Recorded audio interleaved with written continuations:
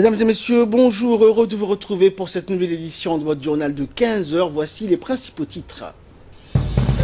Le président Ismaël Omar Guelleh félicite son homologue Kenyatta, réélu à la tête du pays. Et le premier contingent des pèlerins djiboutiens est arrivé donc à Médina. Et en Égypte, une collision entre deux trains fait au moins 49 morts et des centaines de blessés. Voilà, donc c'était les titres. Merci à vous de nous rejoindre. Le président de la République, Ismaël Omar Guelleh, a adressé aujourd'hui samedi un message de félicitations à son homologue réélu du Kenya, Uhuru Kenyatta. Dans son message, le président de la République a décrit le score largement vainqueur qu'il y a à la réélection de M. Uhuru Kenyatta comme le signe parfait qu'une grande majorité de ses compatriotes souhaitent longtemps encore évoluer sous son leadership.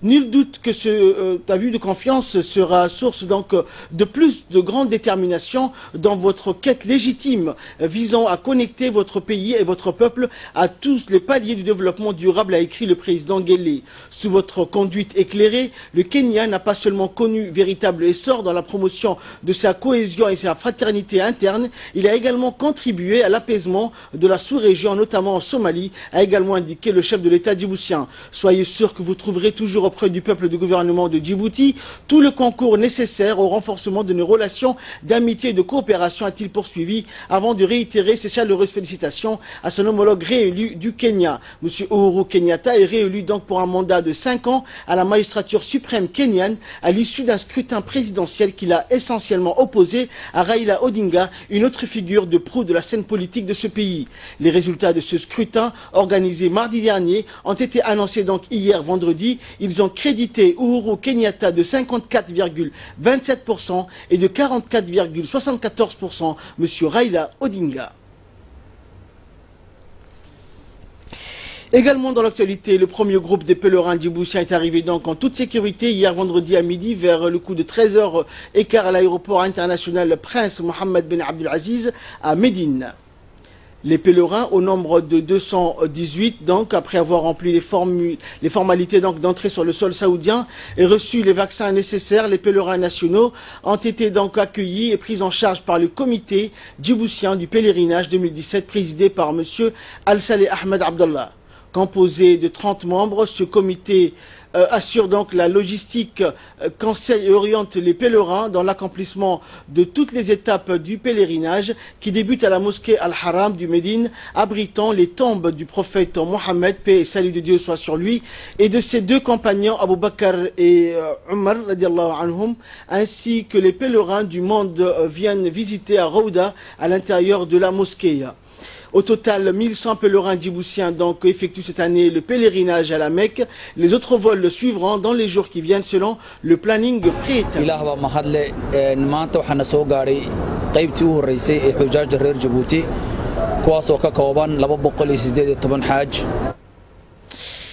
L'essor économique de Tadjoura est palpable donc avec la réalisation du port, les travaux de la route Tadjoura-Balhou en cours de réalisation.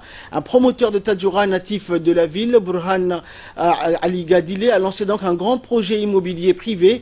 Le projet de chemin de fer Tadjoura-Mekele est aussi dans l'agenda. Ce nouveau dynamisme qui va créer donc beaucoup d'opportunités dans la région de Tadjoura a déjà engendré un regain d'activité commerciale dans la ville blanche.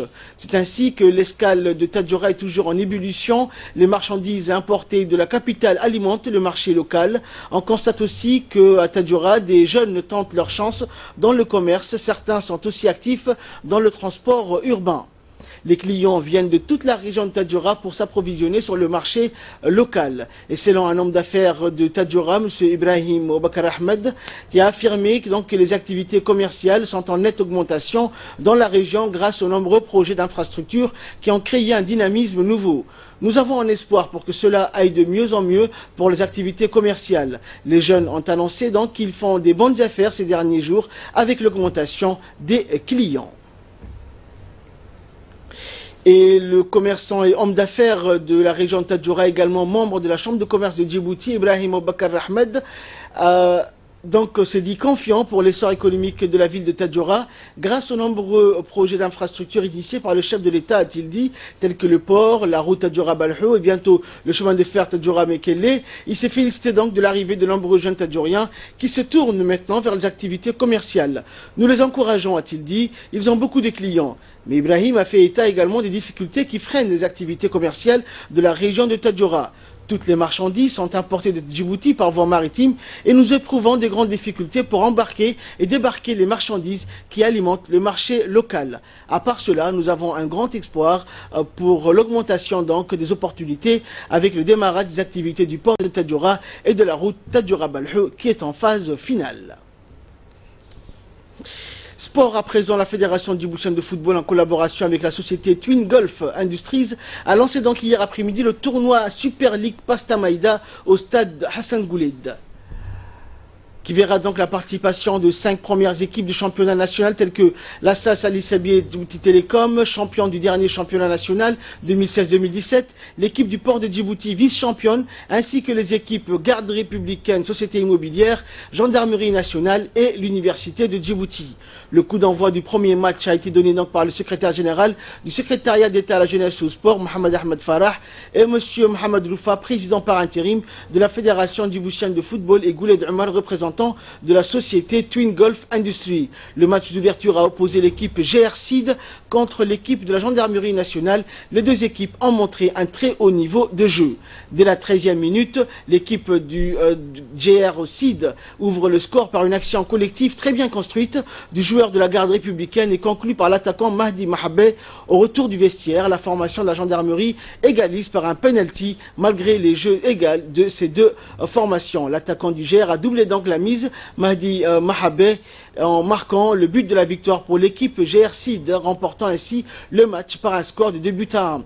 L'attaquant du GR SID, Mahdi Mahabé, a été élu l'homme du match par l'organisateur du Super League champion Pasta Maïda. Et dans la deuxième rencontre, l'AS Sport a dominé son adversaire, et notamment l'université de Djibouti, de bout en bout par un score de 1 but à 0. Ce mini-championnat permettra à ces clubs de mieux préparer leur pré-saison et entamer la saison 2017-2018 avec un bon niveau. Ce beau geste entrepris donc par la société Twin Gulf Industries doit servir d'exemple aux autres sociétés privées et de faire pareil pour contribuer au développement et à l'épanouissement du football national.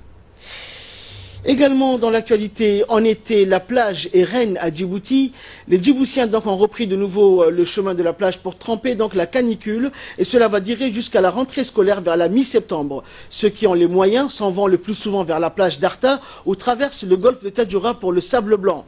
Pour les citoyens lambda, c'est la siesta ou la plage du Héran. Le taux de fréquentation des plages atteint les sommets donc le week-end. La plage est accessible à tous, le sable est doux et les vagues inexistantes. La sécurité donc est assurée par les postes de surveillance de la police nationale, des gardes-côtes et des ambulances des hôpitaux de référence qui font des rondes en permanence. Il faut noter qu'en été, les Djiboutiens font leur bagage pour des cieux plus cléments. C'est un classique, mais tout le monde ne peut pas aller en vacances. La mer, voilà la première destination des Djiboutiens à l'heure de la canicule. La siesta, le Héran ou encore la plage d'Arta. Il faut dire que ce sont les quartiers populaires du centre de la capitale djiboutienne ou encore de la banlieue de Balbala qui fournissent les principaux contingents de baigneurs qui envahissent les plages de la siesta ou un peu plus vers le nord, la cité du Héran. Ils arrivent à chaque fois donc armés de leurs provisions de nourriture légère comme des sandwichs faits maison à base de pain ou de thon, des bouteilles d'eau fraîche quand ce n'est pas les gros thermos remplis de boissons colorées aux divers parfums. Ces baigneurs prennent donc sans conteste beaucoup de plaisir et coulent un moment agréable le temps d'un après-midi bien à l'abri de la canicule cuisante de l'été djiboutien. Et en nouvelles du monde à présent, en Égypte, une collision entre deux trains fait au moins 49 morts et des centaines de blessés. Au moins donc 49 personnes sont mortes dans la collision entre deux trains près d'Alexandrie, ville côtière d'Égypte. L'accident a également fait plus de 120 blessés. Au moins 49 personnes ont été donc tuées après la collision de deux trains dans le nord de l'Égypte, selon le premier bilan fourni par le ministère de la Santé. L'accident, survenu à l'entrée de la ville d'Alexandrie, a également fait plus d'une centaine de blessés. La majorité des blessés blessés ont été pris en charge et transportés dans plusieurs hôpitaux d'Alexandrie, selon un communiqué du ministère. Des images diffusées par la télévision publique égyptienne montraient donc l'un des trains en partie renversé, un wagon ayant déraillé dans un champ, ainsi que des secours transportant des morts et des blessés vers des ambulances. Quelques 25 ambulances étaient mobilisées sur les lieux de l'accident, a précisé un responsable des secours, Ahmed Al-Ansari. La collision aurait été causée donc par l'arrêt de l'un des deux trains sur les voies après une panne, a rapporté la télévision d'État, citant des responsables du ministère des Transports. L'autre train l'aurait alors percuté, selon la même source. Les survivants en état de choc ont été donc extraits des wagons et placés sur des couvertures le long des rails dans un champ situé en périphérie de la grande ville méditerranéenne. L'Égypte connaît régulièrement de graves accidents routiers ou ferroviaires dus à une circulation anarchique, des véhicules vétustes, des routes ou des voies ferrées mal entretenues et peu surveillées. En 2012, rappelons-le, 51 passagers, dont 47 enfants, avaient été tués dans une collision entre leur car et un train à un passage à niveau dans la province d'Assiout, au centre du pays. Également, nouvelle du monde, en Syrie, 23 morts dans un attentat kamikaze près de la frontière jordanienne. Au moins 23 combattants rebelles ont été tués et des dizaines d'autres blessés vendredi dans un attentat kamikaze dans le sud de la Syrie, près de la frontière jordanienne, selon l'Observatoire syrien des droits de l'homme. Selon le SDH, le kamikaze a fait sauter une ceinture d'explosifs dans une base utilisée par Jaish al-Islam, l'armée de l'islam, près du poste frontalier de Nassib. L'attaque n'a pas été revendiquée dans l'immédiat, mais des djihadistes liés au groupe État islamique se sont déjà attaqués aux rebelles dans le sud de la Syrie. Le poste frontière de Nassib, appelé Djaber côté jordanien, se trouve dans la province de Dera, conquise par des groupes rebelles en avril 2015. La rébellion syrienne a débuté donc dans la province de Dera en mars 2011, avec de grandes manifestations appelant au départ du président Bachar al-Assad, déclenchées en mars 2011 par la répression de manifestations pro-démocratie et opposant initialement armées et rebelles. Le conflit en Syrie est devenu plus complexe au fil des années. Il a fait plus de 330 000 morts et des millions de déplacés et réfugiés. Trump évoque une possible option militaire au Venezuela. Le président américain Donald Trump a évoqué vendredi donc une possible option militaire au Venezuela, traversée par une grave crise politique sur fond de reprise en main des institutions par le président socialiste Nicolás Maduro. Début août, les États-Unis donc ont infligé des sanctions au président vénézuélien qu'ils ont qualifié donc de dictateur. La réaction de Washington est survenue au lendemain de l'élection controversée de l'Assemblée constituante voulue par le président socialiste, un scrutin marqué par des violences qui ont fait 10 morts. Il est extrêmement rare que le gouvernement américain prenne des sanctions contre un chef d'État étranger en exercice. M. Maduro est seulement le 4e président à être ainsi sanctionné par Washington, rejoignant un groupe très restreint composé des présidents syriens Bachar al-Assad, nord-coréen Kim Jong-un et zimbabwéen Robert Mugabe. Tout en disant souhaiter avoir des relations donc normales avec les États-Unis, il a averti que M. Trump, que son pays répondrait avec les armes à la main à une éventuelle agression. Le Venezuela ne se rendra jamais, devrait savoir l'Empire américain, a ajouté le président socialiste. Et enfin, Donald Trump maintient la pression sur la Corée du Nord. Le président Donald Trump a rédigé donc hier un tweet dans lequel il assure que les armes américaines sont chargées et prêtes à être utilisées si Pyongyang se montre imprudent. Tous les regards sont tournés vers l'île de Guam dans le Pacifique. Le conflit verbal entre Washington et Pyongyang ne semble pas très près de cesser. Donald Trump a assuré donc vendredi sur Twitter que les armes américaines étaient prêtes à l'emploi, menaçant la Corée du Nord d'engager des solutions militaires si elle poursuivait ses provocations. Et le régime nord-coréen a de son côté donc accusé le président des États-Unis de conduire la péninsule coréenne au bord d'une guerre nucléaire. Face à cette escalade, la Chine et la Russie tentent donc d'intervenir pour apaiser la tension. Pékin a notamment fait comprendre qu'elle n'interviendrait pas pour soutenir la Corée du Nord si cette dernière prenait une initiative susceptible d'être considérée comme une agression par les États-Unis. Et c'est tout pour cette édition. Merci à vous de nous avoir suivis. Restez avec nous. Dans quelques instants, nous retrouverons le focus de Ali Abdillahi.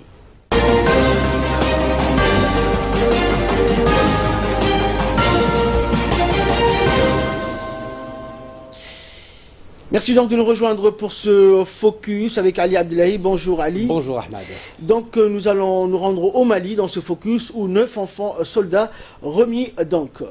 Eh bien donc 9 enfants, vous l'avez dit, soldats ont été remis vendredi au casque bleu présent à Kidal dans le nord donc du Mali. C'est ce qu'a annoncé donc le porte-parole de l'ONU à New York, Stéphane Dujarric. Jeudi, l'Organisation des Nations Unies avait indiqué que des enfants soldats étaient présents donc dans le rang des groupes armés s'affrontant dans le nord du Mali et que des mineurs, Ahmad, étaient actuellement détenus par l'ex-rébellion à dominante Touareg, la CMA, dans son fief de Kidal. Et le nord du Mali est tombé en mars et avril 2012 sous la coupe du groupe djihadiste lié à Al-Qaïda. Ces groupes ont une grande partie a été chassés en 2013 à la suite du lancement de l'initiative de la France d'une intervention militaire internationale qui se poursuit à l'heure actuelle, mais des zones entières des pays échappent encore au contrôle des forces maliennes engagées. Et nous allons parler de sport dans la suite de ce focus. Le Maroc donc est candidat à l'organisation de la Coupe du Monde 2026. La Fédération royale marocaine du football a annoncé hier donc avoir déposé sa candidature pour l'organisation de la Coupe du Monde 2026 auprès de la FIFA, l'instance organisatrice. Et il s'agit donc de la 5e candidature du pays pour accueillir la compétition après celle de 94, 98, 2006 et 2010. Le Maroc devient ainsi le 2e candidat déclaré après les États-Unis, le Canada et le Mexique qui ont annoncé en avril dernier leur candidature conjointe. Il est ainsi en lice pour devenir le 2e pays africain à accueillir l'épreuve phare de la FIFA après l'Afrique du Sud en 2010. Le Maroc donc va accueillir la Coupe d'Afrique des Nations, accueillir la Coupe d'Afrique des Nations en 2015, mais avait refusé d'organiser l'événement en raison des craintes du virus Ebola. Merci Ali pour toutes ces précisions. Merci à vous de nous avoir suivis. Excellent week-end sur Télé Djibouti et très bonne suite de programme.